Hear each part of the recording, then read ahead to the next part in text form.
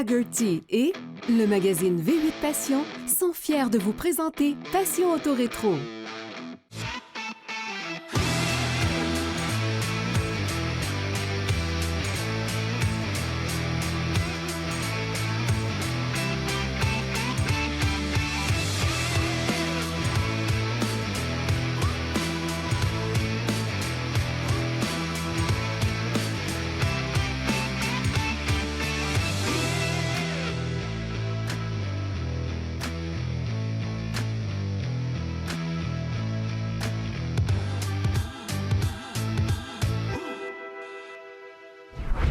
Salut tout le monde, bienvenue à Passion Auto Rétro.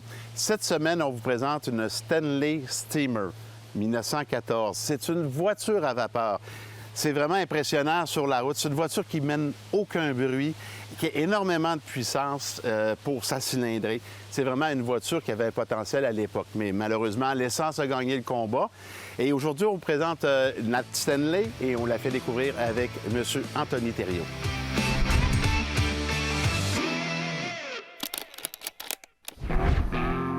Les jumeaux Francis et Freeland Stanley fondent la Stanley Motor Carriage après avoir vendu leur équipement photographique à Kodak. Ils fabriquent leur première voiture en 1897. Pendant les années 1898 et 99, ils fabriquent plus de 200 véhicules, soit plus que tout autre manufacturier américain. Les Stanley sont en bois léger montés sur un châssis tubulaire en acier. Elle est propulsée par la vapeur obtenue grâce à une bouilloire verticale installée derrière le siège. L'eau est chauffée par un brûleur à l'essence vaporisée et plus tard par du kérosène. À partir des années 10, l'efficacité des moteurs à essence et l'arrivée des démarreurs électriques ont eu raison de la Stanley. Même les campagnes de publicité de Stanley, enjoignant les consommateurs de ne pas se tourner vers les véhicules à essence, n'obtinrent pas de succès. Francis Stanley décède en 1918 et la compagnie est vendue. Stanley a produit plus de 11 000 voitures de 86 modèles différents.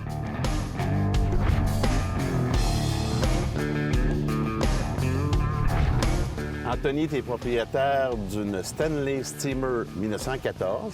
Oui. C'est une voiture à vapeur, donc on sort du moteur à combustion interne, comme d'habitude qu'on voit dans l'industrie.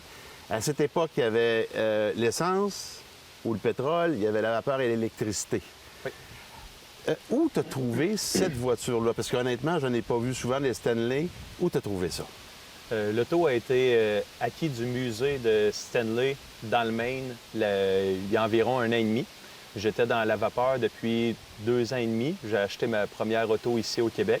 Puis ensuite, j'en ai acquis un autre et je me suis retrouvé avec celle-ci qui était dans le musée du Maine de Stanley. J'ai fait un échange et je me suis retrouvé avec celle-ci.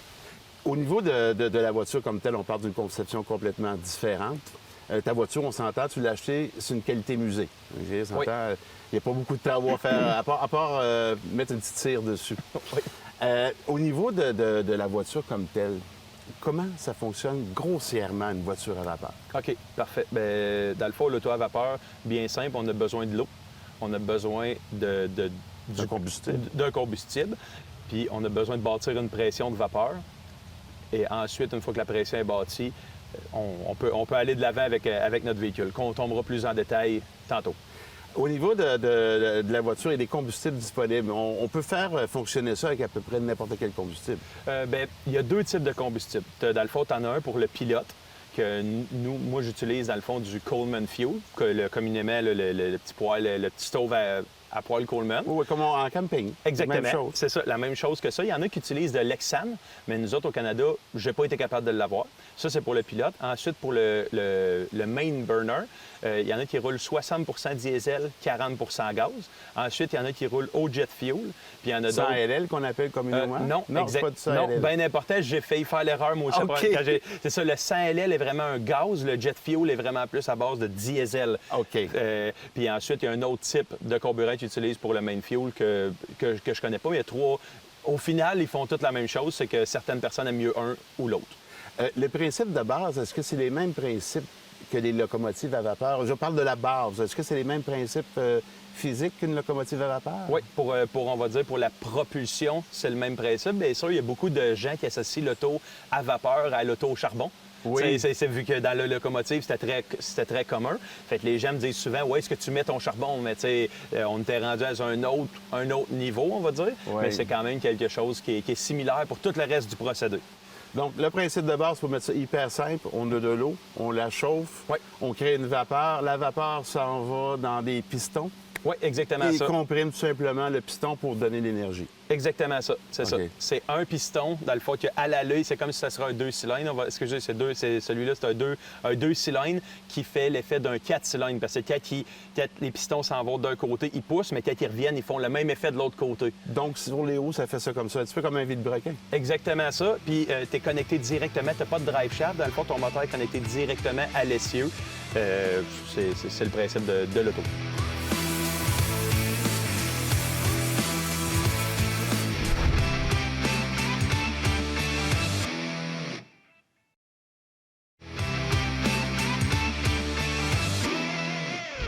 Cette semaine, dans le volet de Mario Lacroix, on vous présente une voiture canadienne. C'est méconnu.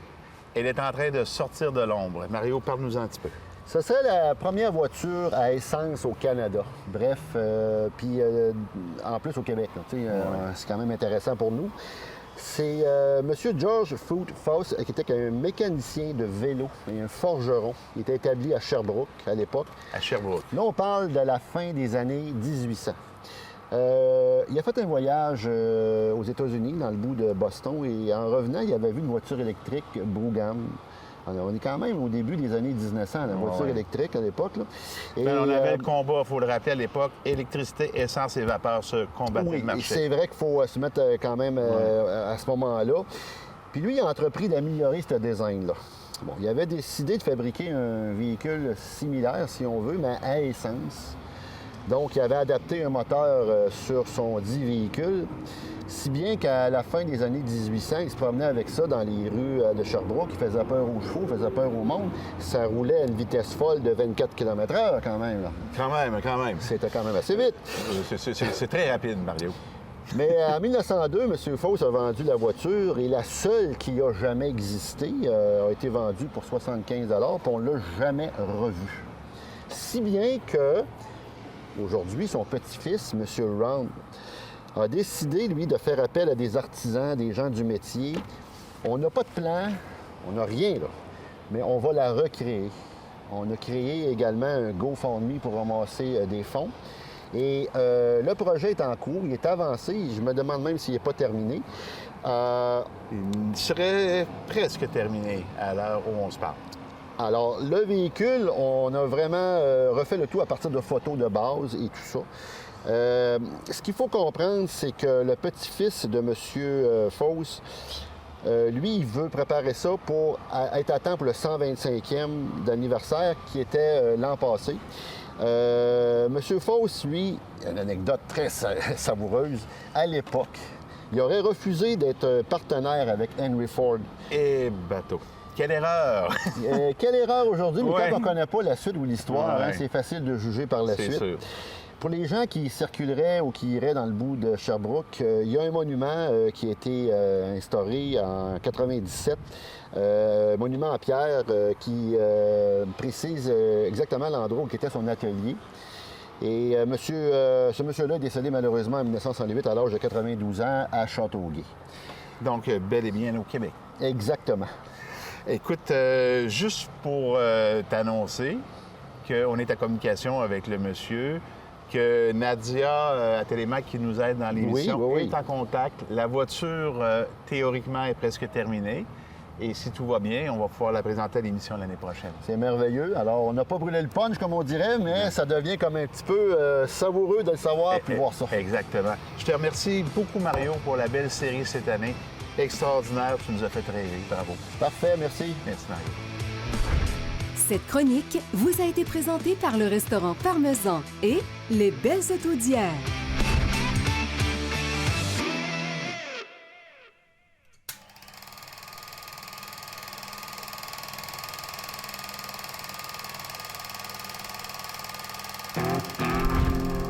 Le 29 mai 1914, le paquebot Empress of Ireland vient de quitter le port de Québec pour son périple vers Liverpool. Il compte à son bord 1477 personnes, dont plusieurs membres de l'armée du Salut. Près de Rimouski, en pleine nuit, un charbonnier norvégien chargé à bloc se dirige vers Montréal. La brume obstrue la vision des capitaines qui ne peuvent éviter la collision. L'impact est si grave que l'Empress of Ireland coule en seulement 14 minutes. On compte 465 survivants. Le 9 juillet, la terrasse du frein est la proie des flammes. Le brasier est si intense qu'on demande aux soldats de la citadelle et aux travailleurs du château Frontenac de prêter main forte aux pompiers. La terrasse est décimée, 2 résidences sont détruites et 2 autres sont endommagées. L'incendie serait dû à une cigarette jetée au sol par un promeneur. Le 28 juillet, c'est le début de la Première Guerre mondiale après que la Serbie rejette l'ultimatum de l'Autriche et la Hongrie. Un mois plus tôt, l'assassinat de l'héritier du trône autrichien à Sarajevo avait créé beaucoup de tensions. S'en est suivi une course aux armements, puis plusieurs alliances entre divers pays. Le Canada envoie ses premières troupes le 3 octobre pour une guerre qui durera 4 ans.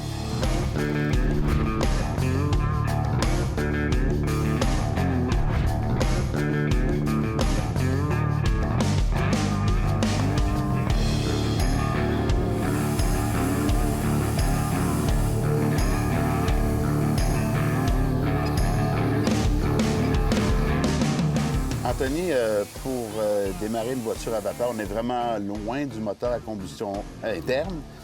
C'est un peu plus complexe, ça demande plus de savoir. Peux-tu grossièrement nous expliquer le fonctionnement Oui. pour partir de la voiture? Parfait. Donc, on va partir de la gauche. Là, ici, on a le cadran de pression pour le pilote qu'on bâtit à 20 PSI.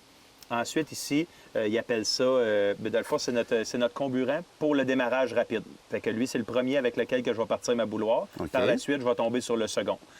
Ici, j'ai c'est mon pilote. Ça donne le 20 livres que je vous parlais tantôt. Ouais. Mais lui, ça me permet, j'ouvre la valve pour donner la pression à Le l'avant. 20 livres que tu veux. Exactement. OK. Ici, celle-ci, c'est le siphon. Le siphon qui nous permettait de recueillir notre eau dans les rivières ou quoi que ce soit. En ouvrant ça, on se crée un effet de venturi puis qui aspire notre eau dans notre réservoir à l'eau. Donc ça, c'est assez simple. Sur le TMLP, on peut se débrouiller. Là. Exactement. Oui. Ici, on a notre odomètre. Oui, vitesse et millage. Oui, exactement. Ici, la grosse chose de métal qu'on voit ici, c'est notre niveau d'eau dans la bouilloire. OK. Fait que, actuellement, on est au milieu. Il faut toujours se tenir entre, on va dire, 25 et un 80 Ça, c'est là qu'on on baisse cherche. pas plus bas que 25 pour monter pas plus haut que 80. Exactement. OK. En arrière, on a une petite vitre, un petit cadran, que lui, c'est notre signe si on a de l'huile. À toutes les fois que la pompe à l'huile elle fait un mouvement, elle nous envoie un jet d'huile dans le cadran. Fait que ça me permet de voir est-ce que j'ai bien de l'huile. Au lieu d'avoir une jauge avec la pression, on voit que l'huile circule dans le fond. Exactement. Dans la veine. OK. C'est ça. Ici, c'est notre brûleur principal qui doit être à 120 PSI. Oui. Le cadran qui est ici à côté, qui va jusqu'à 600, ça, c'est la pression dans la bouilloire. La bouilloire, dans le fond, un véhicule comme ça se déplace à 500 PSI, 550 PSI, c'est notre... En fait, c'est l'énergie disponible sur le moment à la bouilloire. Exactement, OK. c'est ça. C'est le nombre de pressions qu'on a OK. disponible dans la bouilloire. Fait qu'entre 450 et 550, notre véhicule est toujours à pleine capacité. Ici, c'est notre crieur à vapeur. Ah oui. Puis celui-là qui est ici en bas, c'est notre brûleur principal. Fait qu'ici, on bâtit notre pression à 120 PSI et ici, on y donne, on l'ouvre pour le laisser aller à l'avant. Mais j'ai un deuxième contrôle qui est celui-ci ici. Quand je le rouvre, j'ajuste ma quantité que j'envoie dans le brûleur. La quantité de liquide. Oui, c'est ça, exactement OK. ça. La pression, on va dire la pression que j'y envoie. Plus OK. je le rouvre, plus j'y envoie de pression. Parce que oui, il est à 120 PSI, mais je peux ajuster sa pression. OK. Ensuite, ici, c'est notre bras de vitesse. Quand on veut Vapeur. avancer, ouais, on le pousse vers le haut, ça nous ouvre notre valve à vapeur, ça l'envoie au moteur. Parce qu'en fait, ça envoie aux 2 pistons à tour de rôle. Oui, ça l'envoie, dans le fond, c'est une ligne pleine qui arrive, qui se redistribue dans le fond avec des valves. C'est un Y. Oui, exactement OK. ça. Fait qu'il y a toujours la même poussée sur Les deux, exactement OK. ça.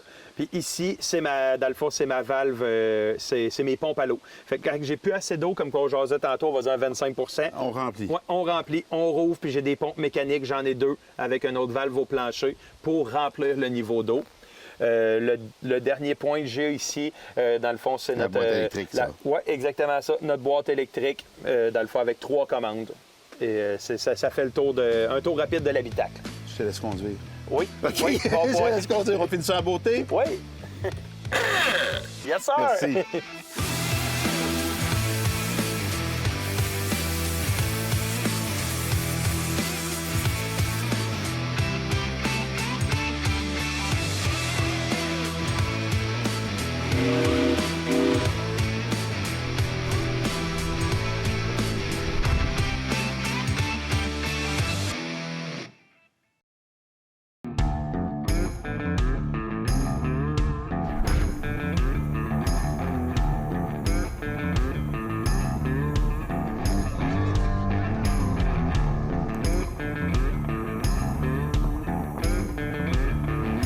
Anthony, tu es un vrai passionné d'automobile.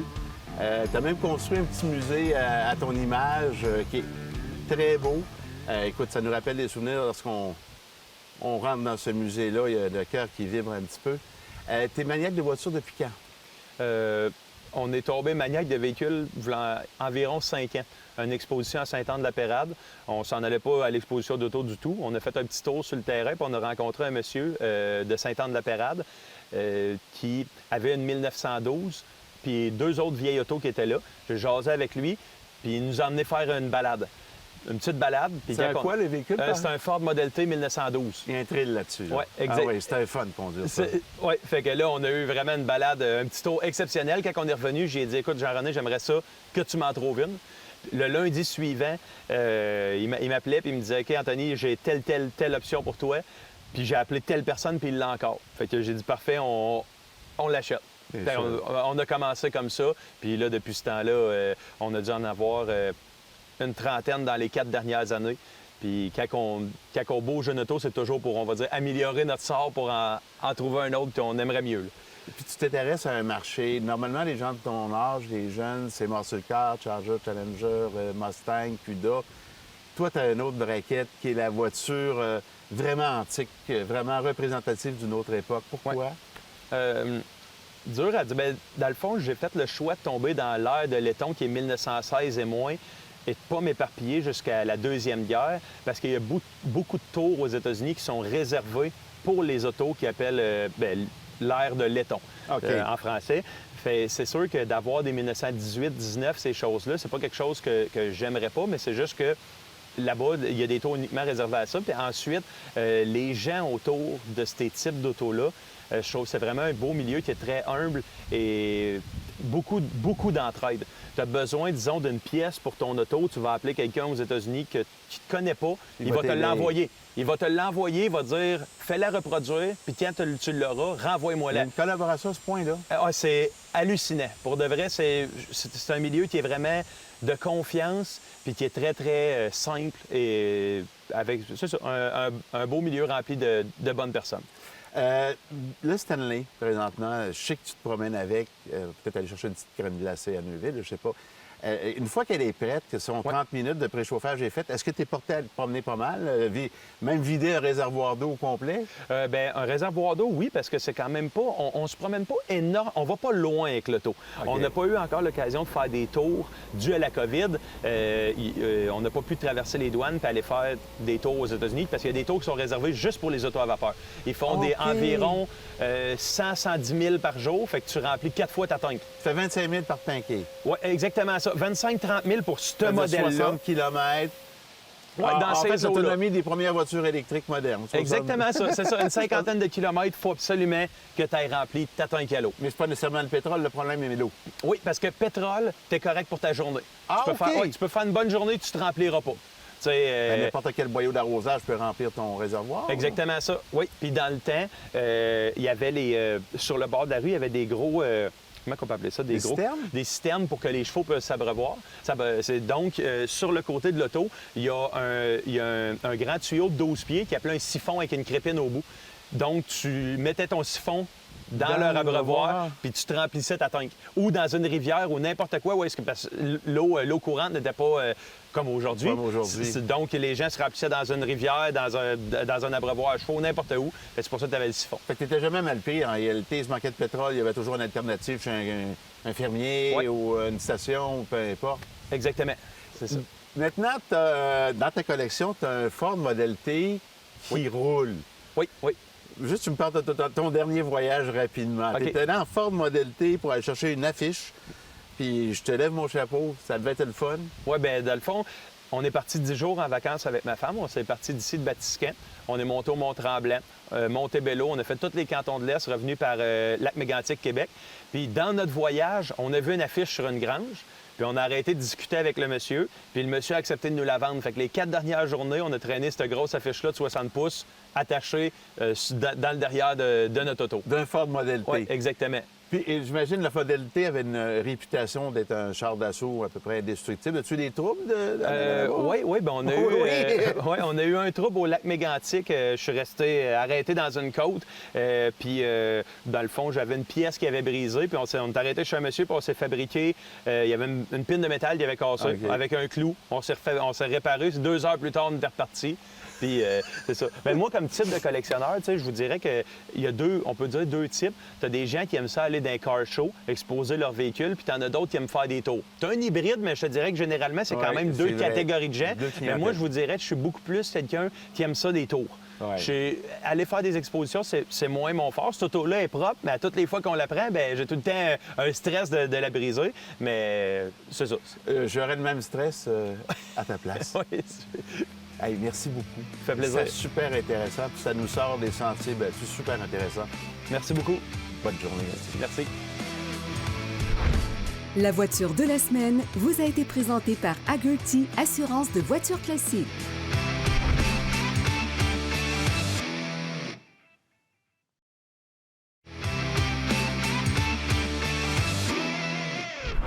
Cette semaine à l'émission, on va parler de rembourrage avec un artisan qui est spécialisé dans le domaine. Bonjour Martin. Allô Eric, ça va bien? Ça va super bien.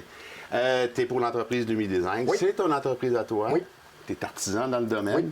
On va parler un peu de ton métier parce que là, on tombe dans des choses vraiment sophistiquées. On s'entend, on n'est pas dans la production de masse. Non, on est vraiment dans l'artisanal. Artisanal. Donc, on regarde un produit, il faut le créer, trouver les matériaux, l'assembler, puis recréer conception. le produit d'origine. Effectivement. J'aimerais ça comprendre un petit peu dans quel domaine tu joues. Tu joues dans l'automobile? Oui. Je te dirais honnêtement, ma spécialité, c'est la sellerie automobile de véhicules antiques. Ce qui est la sellerie automobile, par définition, moi, c'est tout ce qui est matériel dans une voiture. La voûte, les intérieurs de porte, accoudoir, banquette avant, banquette arrière. On s'entend, c'est l'ensemble de l'aménagement. L'ensemble intérieur de véhicule. Tout ce qui est tissu, cuir, etc. Oui. Donc, l'habillage de l'intérieur de la voiture. Ça, c'est pour les voitures neuves, antiques. Également, tu peux toucher à d'autres domaines. Oui, je touche beaucoup aux bateaux. Bateaux beaucoup de bancs de bateaux, beaucoup de VR. Beaucoup de bancs de VR. Je vais faire de la toile de bateau, aussi de la toile rapide. Je vais faire de la réparation de toile. Je vais confectionner de la toile de motoneige, toile de moto. Ce que le client va avoir sur mesure. OK. Je me spécialise vraiment beaucoup dans le sur-mesure, ce que les autres, bien souvent, ne font pas ou ne prendront pas comme travail. Là, on le répète, on parle d'artisan. Exactement. Spécialiste. Spécialisé, exactement. Tout est fait à la main. J'ai aucun outil assisté par ordinateur. Le meilleur outil? Le meilleur outil. Les mains, effectivement. Tu as un beau projet aussi que tu as lancé il y a un bout de temps. Oui. OK. J'aimerais ça qu'on en parle un petit peu parce que c'est un beau projet. Oui. J'ai un ami qui est dans le domaine du véhicule antique, qui travaille aussi dans la mécanique de camions lourds. Et puis, cet ami-là, cette année que j'ai fait son banc de véhicules antiques, un Ford 1930. Et puis, son employeur, qui est propriétaire d'une flotte de camions, a acheté un camion Peterbilt 2019 à flambant neuf. On est en 2021. Le camion pas sorti du garage encore. On est rendu à près de 2000 heures de modification. C'est un camion qui a été acheté sans mécanique, sans transmission, qui ont bâti le mécanique, le transmission. Donc, on a un châssis, oui. On a une cabine, mais pas habillée, c'est bien ça? La cabine était tout habillée, comme un camion flambant neuf. Tout était là, les sièges volants, la voûte d'origine, tout était là. OK. Eux autres, ce qu'ils ont fait, c'est qu'ils ont tout déshabillé de A à Z. Sorti les bancs, ont démanché la voûte, ils ont démanché les murs, le mur de fond, sorti le frigidaire, tableau de bord. Parce qu'il faut dire qu'un Peterbilt 2019, c'est le modèle 389. Nous autres, on a designé ça comme un 1980, qui est un modèle 359. OK. Alors, ils ont retiré le tableau de bord, on a rajouté un tableau de bord 389, ils ont changé les planchers. Tout a été personnalisé de A à Z. Moi, j'ai confectionné l'intérieur comme un Peterbilt 1980. Donc, on parle vraiment d'un resto mode. Un resto mode. Mécanique moderne, Oui, intérieur et style qui représente l'époque. exactement. Puis dans ces sièges de tracteur, on a gardé les sièges origines, j'ai changé seulement le centre. À un moment donné, on essaie de diminuer les coûts, les budgets, Ouais. ça va quand même assez vite là, quand on parle de l'ampleur d'un projet comme ça. Combien d'heures, tu m'as dit? C'est pas loin de 200-250 heures que j'ai mis. Juste pour Juste ce l'aménagement. projet-là, juste l'aménagement. La confection, le traçage, la couture, l'assemblage, comment je vais faire ça, c'est quand même assez spécial parce qu'on part de rien. On part de rien. Parle-moi un peu du recul, il faut que tu prennes. Tu vois un projet, OK, on déshabille l'intérieur, l'habitacle du véhicule. À partir de là, ta première étape, c'est quoi? Des dessins? Des Oui, croquis? je vais dessiner, je suis beaucoup visuel, je vais regarder beaucoup d'images d'intérieur de ces années-là, parce qu'il y a des choses qu'en reproduction artisanale, on ne peut pas faire comme c'était fait à l'origine, parce que c'est de la machinerie assistée par ordinateur qui effectue le travail.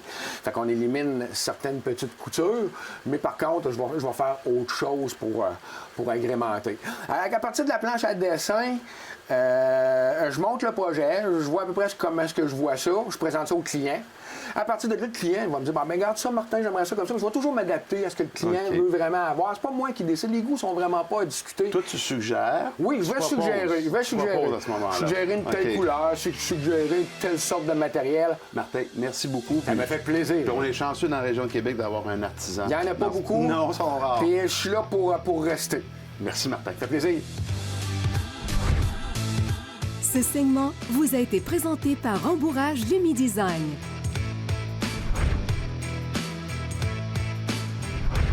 C'était Éric Fortier, mais j'espère que vous avez apprécié notre essai de la Stanley Steamer 1914. Je vous dis bonne semaine et on se dit à la revoyure.